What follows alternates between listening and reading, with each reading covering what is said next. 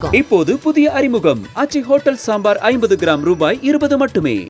National Arogya expo Ayush conclave ஜனவரி 9ல இருந்து 12 வரைக்கும் Chennai heartfulness institute Babuji memorial ashram மணப்பாக்கத்தில்.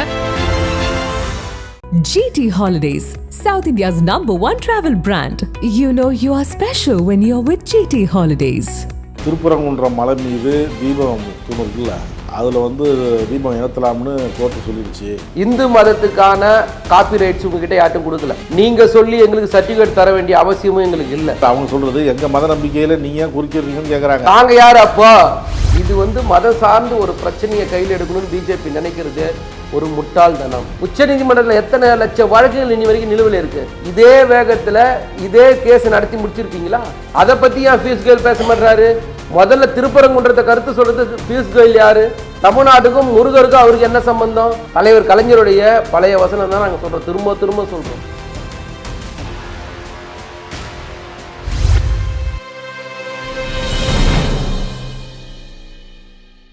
Nakkeera நேயர்களுக்கு வணக்கம். இன்று நம்முடன் கருத்துக்களை பரிந்துரை இணைந்திருக்கிறார் திமுக செய்தி தொடர்பாளர் மதிவாணன் அவர்கள். வணக்கம் சார். வணக்கம். மக்கள் விரோத திமுக அரசை வீழ்த்த அருமையான கூட்டணி, வெற்றி கூட்டணி அமைஞ்சிருக்கு. மக்கள் விரும்பிய கூட்டணி, 2 கட்சிகள் தொண்டர்கள் விரும்பிய கூட்டணி அமைஞ்சிருக்கு அப்படின்னு எடப்பாடி பழனிசாமியும் அன்புமணியும் சொல்லியிருக்கிறாங்க.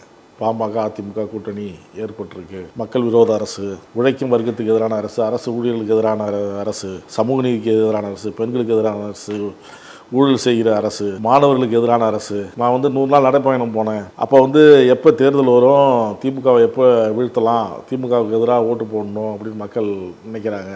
அந்த அளவுக்கு இருக்கு அப்படின்னு சொல்றாங்க. இல்லை, நான் என்ன சொல்றேன், என்னுடைய முதல் கருத்து, தயவு செஞ்சு பெத்த அப்பாவுக்கு நல்ல பிள்ளையா முதல்ல இருக்கும். அது அவங்க உட்கட்சி பிரச்சனை, அதை நீங்க பொது வெளியில பேசுறீங்க. அதுதான் நான் சொல்றேன். அதை விடுங்க. குடும்ப பிரச்சனை தான் பொது வெளியில பேசப்படுறதுனால நாங்க அதுக்கு பதில் சொல்றோம் முதல்ல.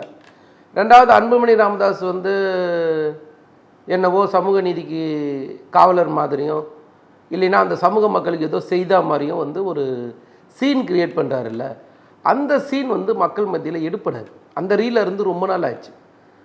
ஐயா ராமதாஸை பொறுத்த வரைக்குமாவது ஒரு வகையில் ஏற்றுக்கலாம். தெரிஞ்சோ தெரியாமலேயோ அந்த சமூக மக்களுக்கு சில விஷயங்கள் செஞ்சார். அன்புமணி என்னங்க செஞ்சார்? சமூக நீதிக்கும் அன்புமணிக்கு என்னங்க சம்பந்தம் சொல்லுங்கள், தயவு செஞ்சு கேட்போம். பெண்கள் பாதுகாப்பை பற்றி பேசுகிறாரு, ஊழலை பற்றி பேசுகிறார். ஊழலை பற்றி பேசுறதுக்கு அன்புமணி ராமதாஸுக்கு என்ன தகுதி இருக்கு? பெரியவர் ராமதாஸ் என் காலில் அன்புமணி விழுந்தான், இல்லைன்னா நான் ஜெயிலுக்கு போயிடுவேன்னு சொன்னா அப்படின்னு பெரியவர் ராமதாஸ் எதுக்கு பதில் சொல்லியிருக்காரு? ஏன்னா சிபிஐ ஜெயிலில் தூக்கி உள்ள போட்டுன்னு சொன்னாருன்னு சொல்லியிருக்காரு. இந்தூர் மெடிக்கல் கேஸ் மறந்துட்டீங்களா? லைசன்ஸ் கொடுத்தீங்க, சுகாதாரத்துறை அமைச்சராக இருக்கும்போது மெடிக்கல் காலேஜுக்கு அனுமதி கொடுத்து அந்த வழக்கு இன்னைக்கு வரைக்கும் சிபிஐயில் நிலுவையில் தானே இருக்கு. அந்த வழக்குக்கு பயந்து போய் தானே நீ என்டிஏ கூட்டணியில் இருக்கீங்க, தொடர்ச்சியாக பாஜகவுக்கு சப்போர்ட் பண்ணுறீங்க. சரி, உங்கள் பக்கத்தில் ஒருத்தர் உட்காந்து நின்று இருக்காருல்ல, எடப்பாடி பழனிசாமி, அந்த கட்சியோட பொதுச் செயலராக இருந்தாங்கல்ல, அம்மையார் ஜெயலலிதா இறக்கும்போது குற்றவாளி தானே. அதன் பிறகு பொதுச் செயலர் இருந்த அவங்க சின்னம்மா குற்றவாளி தானே. உலகத்திலே யாரோட கூட்டணி வச்சிருக்கீங்களோ அந்த கட்சி தலைவர் லஞ்சம் வாங்கினதுக்காக அகில இந்திய தலைவர் பதவி போச்சு பாஜகவுக்கு. பங்காரு லட்சுமணன் பேரு.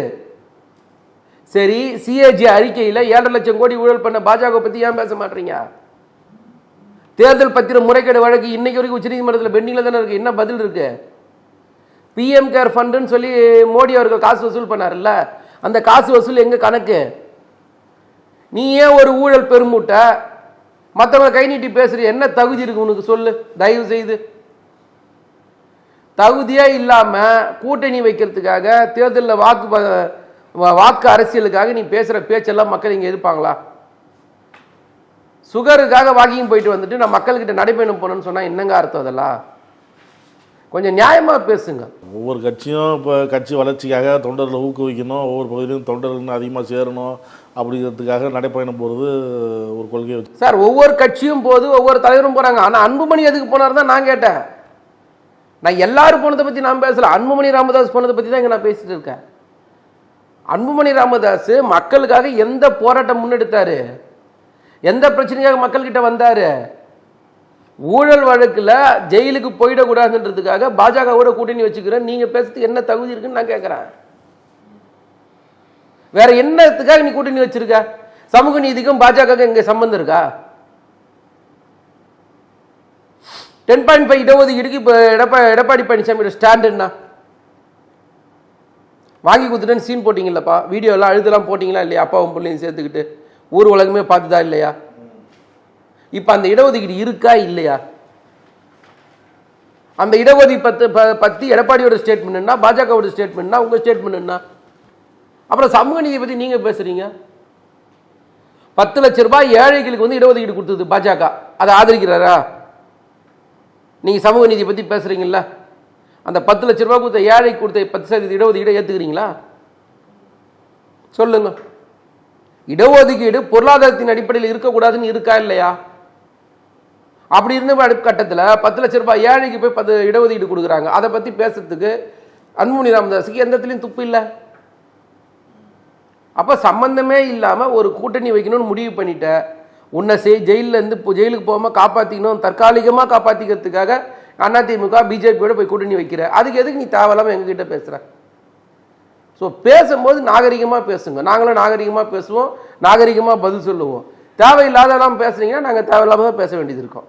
முதல்ல திரும்பவும் சொல்கிறேன், நல்ல பிள்ளையாக போய் நடந்து. இந்த கூட்டணியில் மேலும் பல கட்சிகள் வரும்னு எடப்பாடி சொல்கிறாரு. சார் தயவு செஞ்சு இந்த கூட்டணின்றது வந்து தோக்குற ஒரு கூட்டணி. ஜீரோ கூட எத்தனை ஜீரோ போட்டாலும் அதுக்கு மதிப்பு கிடையாது. இயற்கையான கூட்டணிங்கிறார் எடப்பாடி. அந்த இயற்கையான கூட்டணி தான் கொள்ளடிக்கிற கூட்டணி. பிஜேபி ஒரு கொள்ளடிக்கிற கட்சி, அதிமுக ஒரு கொள்ளடிச்ச கட்சி.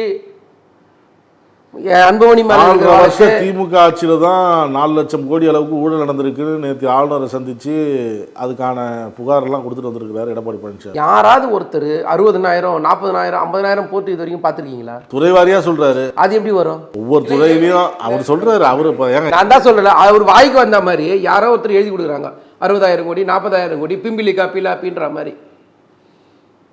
என்னோட கேள்வி, எங்கேயாவது அந்த மாதிரி ஒரு ஃபிகர் வருமான்னு கேட்குறேன். நம்பர்ஸ் வருமா? இப்போ வந்து எதிர்கட்சி தலைவராக இருக்கிறாரு, முன்னாள் முதலமைச்சராக இருந்திருக்கிறவர், ஏற்கனவே அமைச்சர்களாக தொடர்ந்து இருந்தவர்.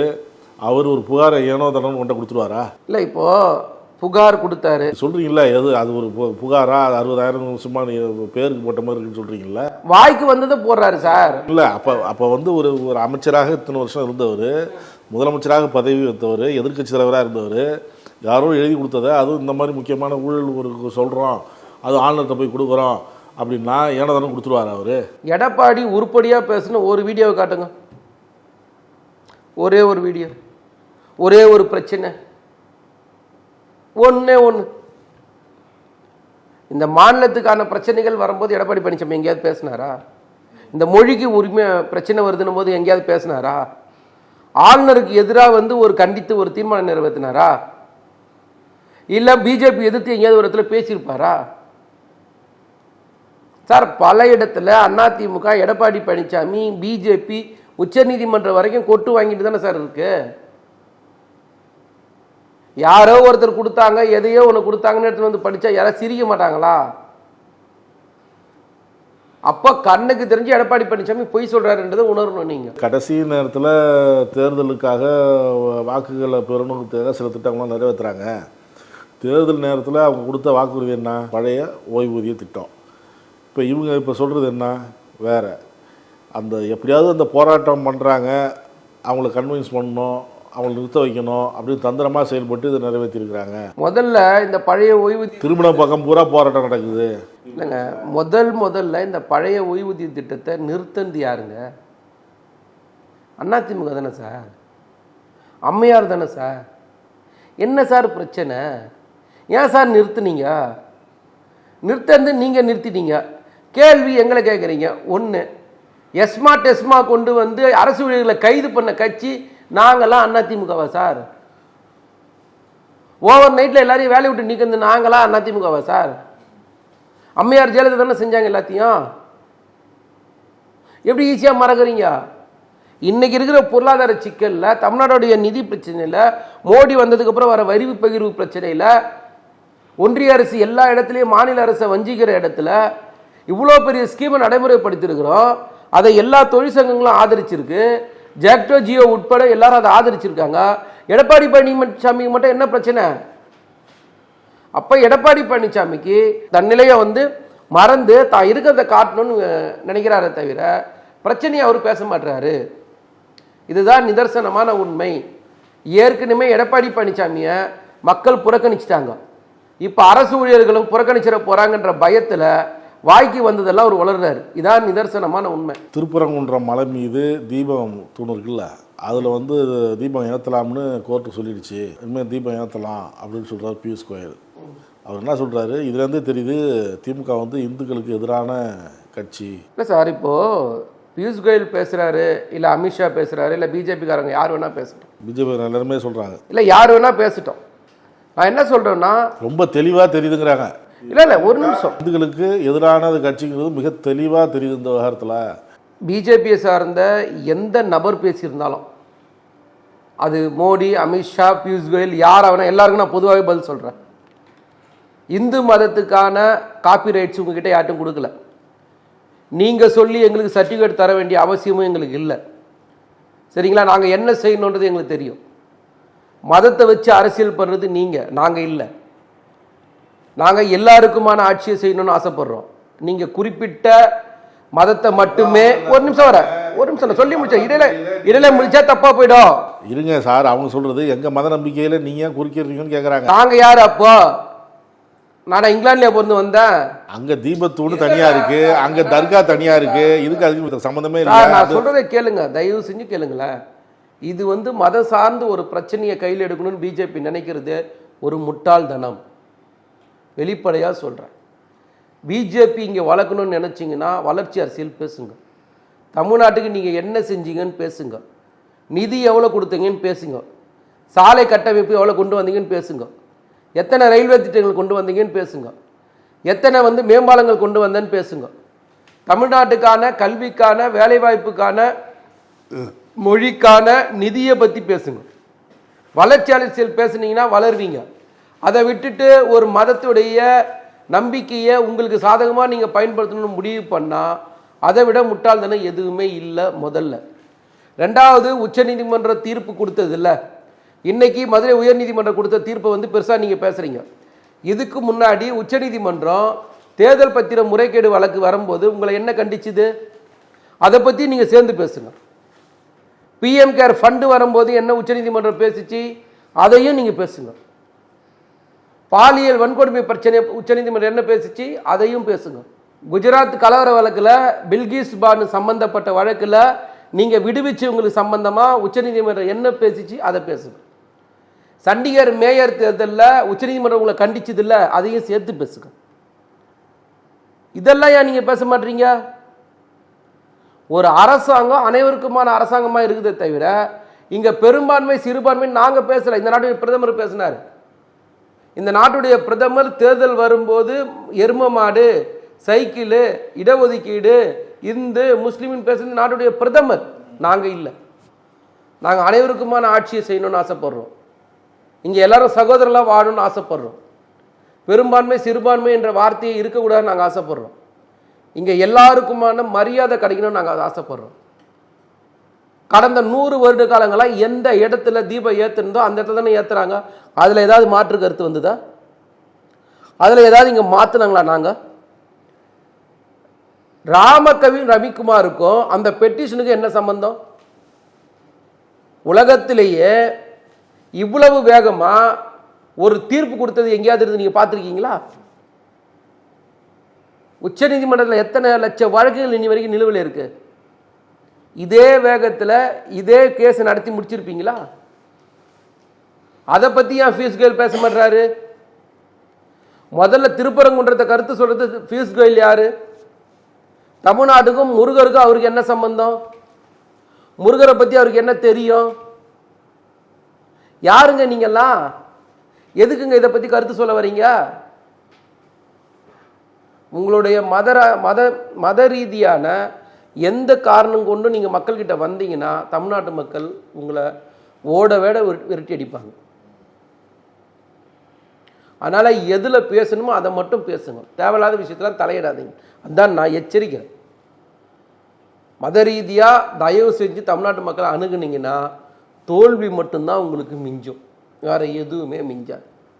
நீங்கள் ஈஸியாக மதத்தை வச்சு இதை இன்னொரு உத்தரப்பிரதேசமாக மாற்றலாம், இன்னொரு குஜராத்தாக மாற்றலாம், இன்னொரு ராஜஸ்தானை மாற்றலாம் நீங்கள் ஆசைப்பட்டீங்கன்னா, தமிழ்நாட்டு மக்கள் ரொம்ப தெளிவானவங்க, அதிகம் படித்தவங்க, சுயமரியாதையை பற்றி தெரிஞ்சவங்க, பகுத்தறிவை பற்றி தெரிஞ்சவங்க.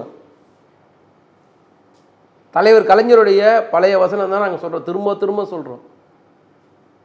நாங்கள் கோயிலுக்கு எதிராக இல்லை, கோயிலுக்கு வச்சு பொழைப்பு நடத்துறவங்களுக்கு எதிராக தான் நாங்கள் இருக்கிறோம். அதனால் பியூஷ் கோயல் தயவு செஞ்சு அவர் வேலையை மட்டும் அவர் பார்த்தா நல்லது. பாஜக மதத்தை பற்றி பேசாமல் வளர்ச்சியை பற்றி பேசுங்க, தமிழ்நாட்டுக்கு என்ன செஞ்சேன்னு பேசுங்க, நீங்கள் என்ன நிதி ஒதுக்குனீங்கன்னு பேசுங்க. நாங்கள் வேண்டான்னு சொல்லவே இல்லை. அதை தவிர்த்துட்டு இதை வச்சு அரசியல் பண்ணணும்னு ஆசைப்பட்டீங்கன்னா தமிழ்நாட்டு மக்கள் உங்களை கருத்துக்களை பார்ப்பதற்கு நேஷனல் ஆரோக்கியா எக்ஸ்போ அண்ட் நம்ம சென்னையில் மணப்பாக்கத்தில் உள்ள Heartfulness Institute, Babuji Memorial Ashram. January 9 to 12. Click the link below and register. Nakkheeran டிவிக்கு சப்ஸ்கிரைப் செய்யுங்கள். உங்கள் ஆதரவே எங்கள் பலம். ஆசிரியர்களுக்கு நண்பனாகவும் மாணவர்களுக்கு ஆசானாகவும் திகழும் தேர்வு வழிகாட்டி. ஒவ்வொரு பாடத்திற்கும் அனுபவமிக்க ஆசிரியர்களின் துல்லியமான தெளிவான விடைகள். CNC இருக்கு, தேர்வு பயம் எதற்கு? இது தீரன் பப்ளிஷிங் ஹவுஸ் விற்பனை வெளியீடு.